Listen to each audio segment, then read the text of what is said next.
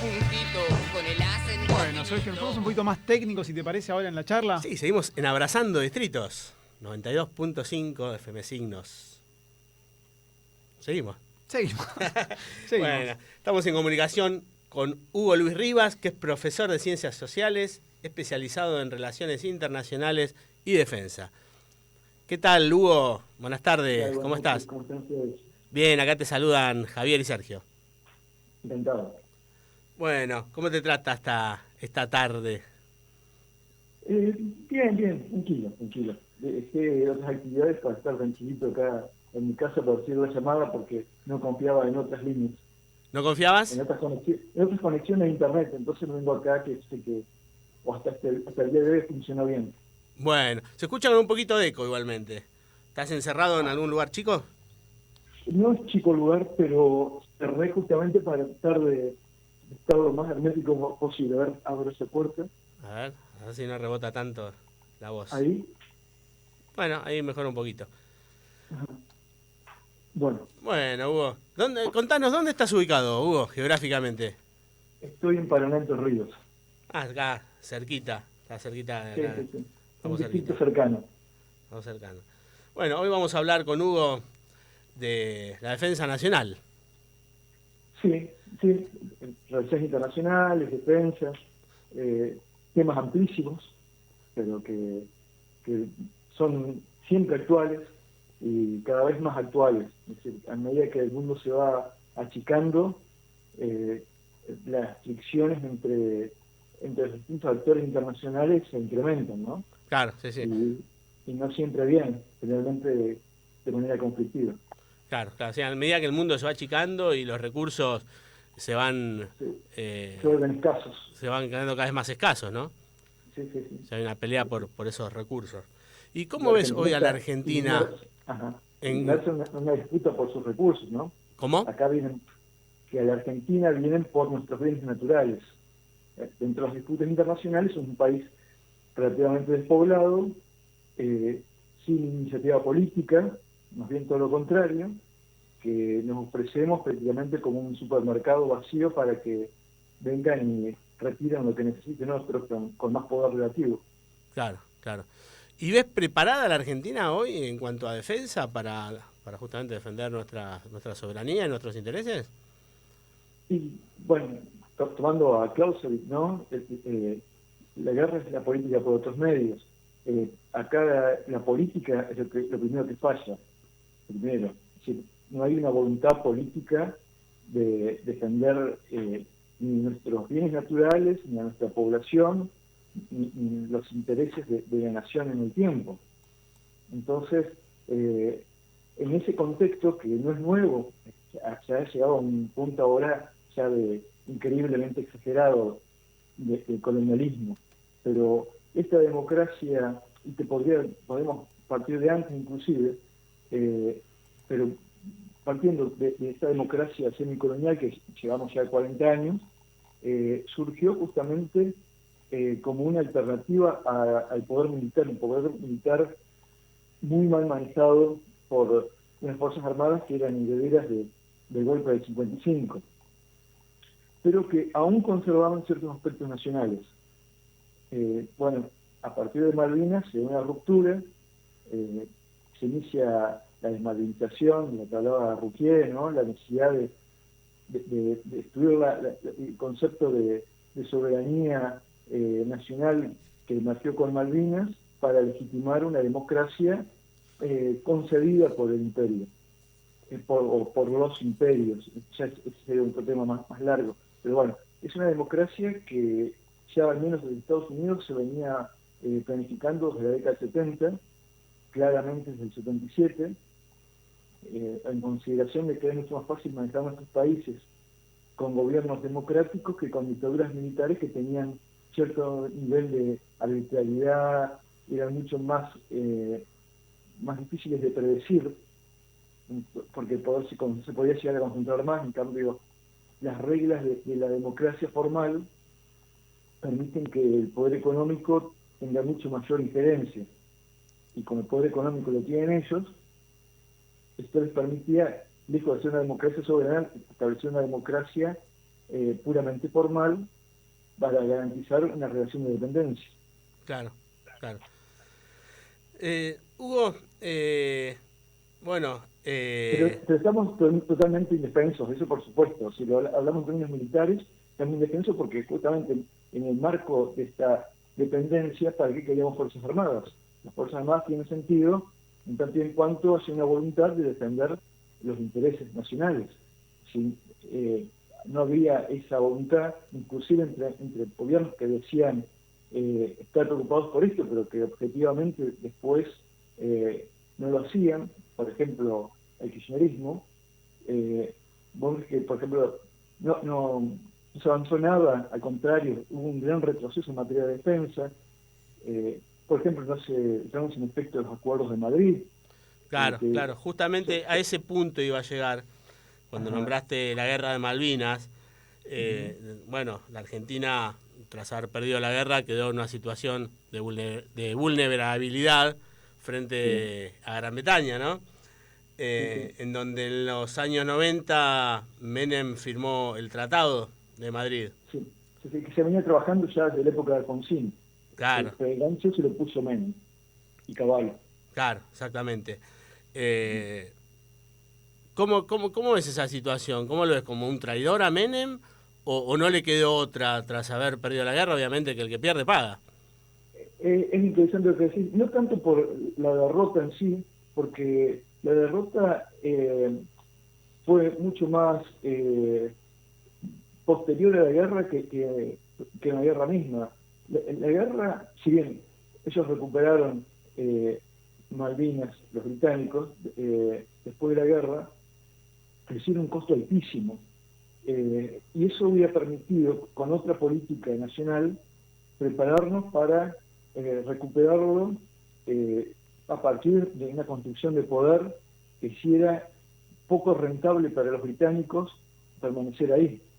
Pero esa voluntad no existió en los gobiernos democráticos posteriores. Y bueno, vino Menem, digamos, ya a rubricar eso, pero en un contexto distinto al del 83-84 ya. Es claro. No es que yo sea menemista para nada, lo considero un terrible traidor, pero sí admito que era un hombre realista y que entendió que el contexto internacional era bastante complejo como para asumir posiciones demasiado soberanas. Otros países, en las mismas circunstancias, no pueden estar entrevistas con Menem. Vos haces referencias del año 84 que de hablar del año 90, 91, o hablar del 2001, 2005. Es decir, las situaciones se van modificando y los contextos han sido mucho más favorables que los que le tocaron a Menem. Por lo tanto, lo de Menem se podría llegar a... Yo no lo hubiera hecho, pero se puede entender. Porque cuando uno es presidente, además es responsable del bienestar de todo su pueblo. Y uno como gobernante no puede emprender conflictos que no puede ganar. Entonces, uno tiene que saber negociar, tampoco regalarse como hizo Menem. Pero el contexto que le tocó a él era realmente complicado. Claro. Pero bueno, el desarme argentino venía de mucho más atrás, diría, porque ya desde los tiempos de la doctrina de la seguridad nacional se empezó a preparar una guerra contra insurgencia, especialidad en contrainsurgencia, de pensar en una guerra convencional contra otros estados y en particular contra un estado colonialista como Gran Bretaña, que no era una hipótesis de conflicto, sino era un conflicto absolutamente concreto y que hoy incluso es mucho más grave, porque la presencia militar en Malvinas y su proyección se vuelve un problema gravísimo para el futuro argentino. Pero ya desde antes nuestra preparación era muy limitada para un conflicto de esas características. Teníamos no solamente los sistemas de armas, sino el propio entrenamiento y las doctrinas no estaban previstas para ese conflicto, por eso fue tan sorpresivo incluso para nuestras propias Fuerzas Armadas, que hasta poco tiempo antes consideraban que Gran Bretaña era un país aliado igual que Estados Unidos, y en un momento determinado nos encontramos que estaban del otro lado del frente y bueno, no estábamos preparados para eso. Se compensó en gran parte con el coraje de nuestros soldados, y los soldados en sentido amplio, ¿no? Desde los conscriptos hasta los pilotos de Fuerza Aérea y Aviación Naval. Hubo un montón de gestos de heroísmo que no estaban previstos por Gran Bretaña.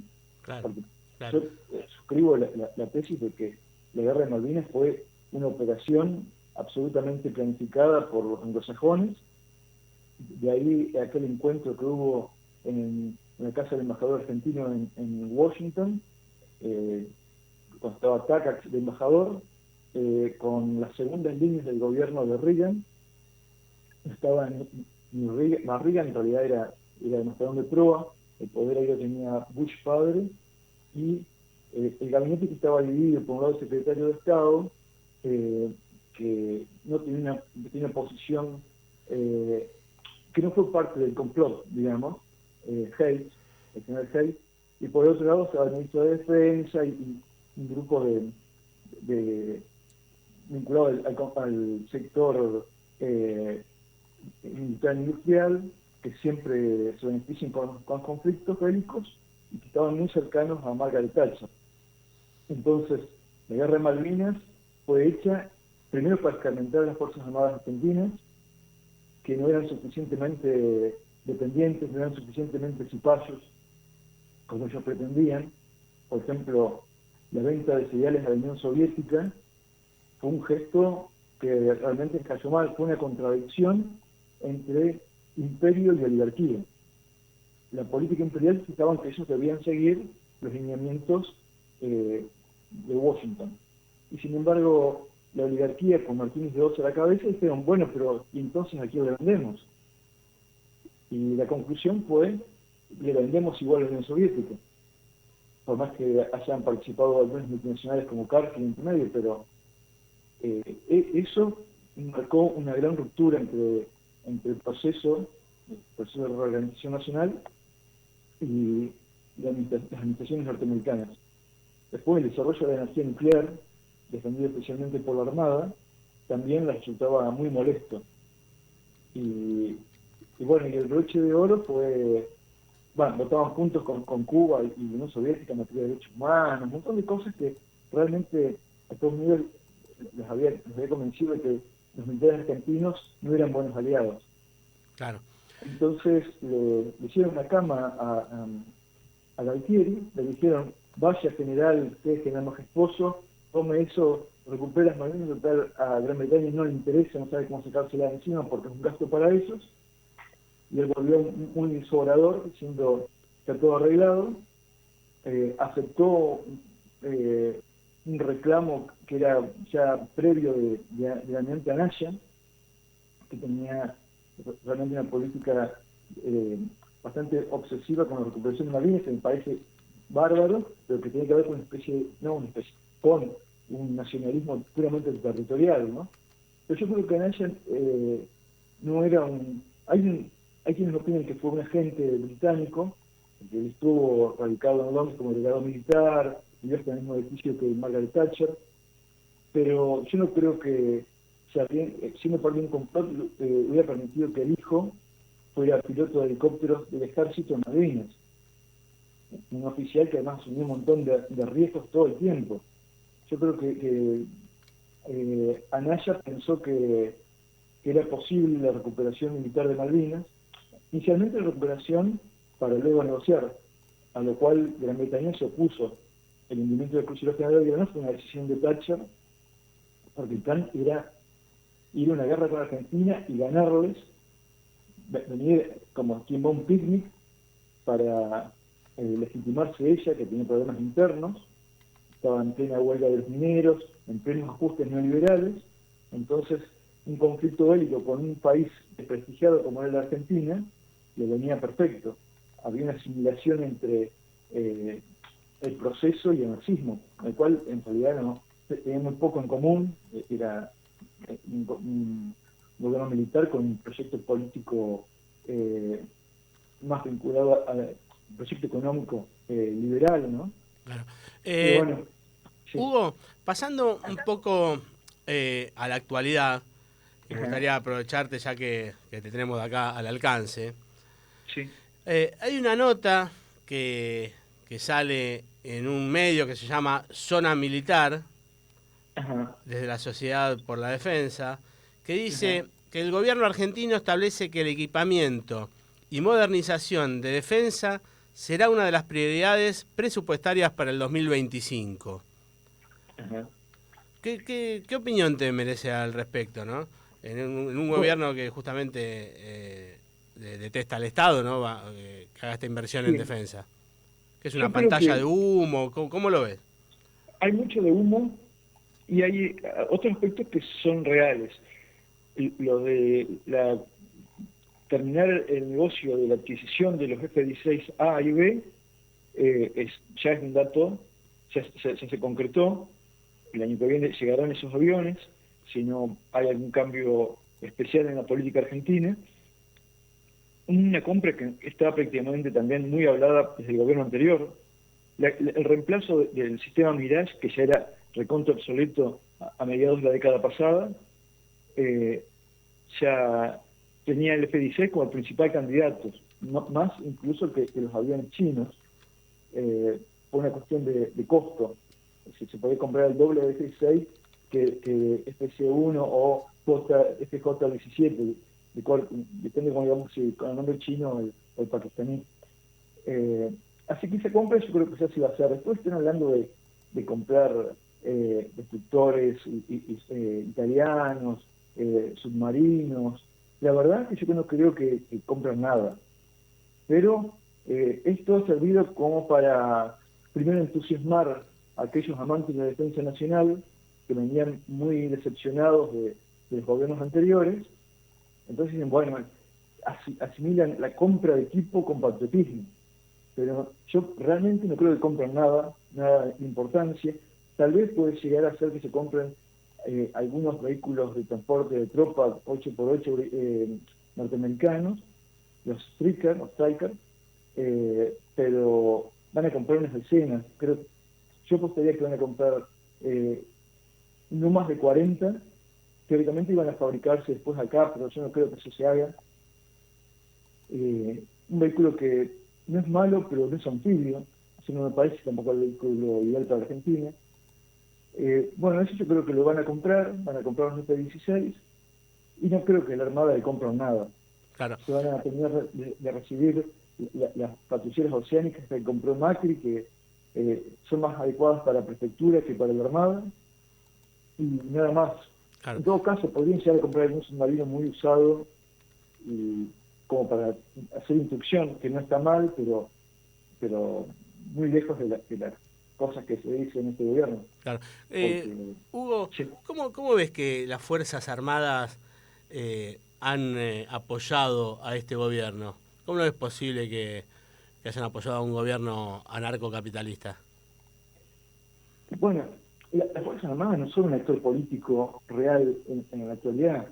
Es simplemente un sector del Estado que cumple funciones burocráticos administrativas y que no se proponen de ninguna manera enfrentar o tomar políticas propias.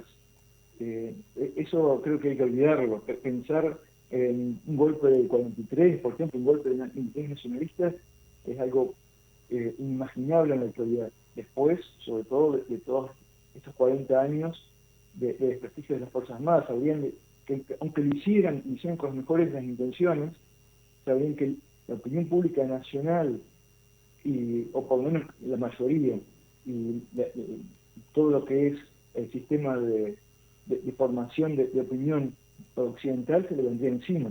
Claro. Sería muy difícil sustentarse. Claro. No, yo digo porque poniéndose del lado, digamos, de un gendarme, de un militar que jura por la bandera, que jura por nuestra nación y por defender la soberanía, Sí.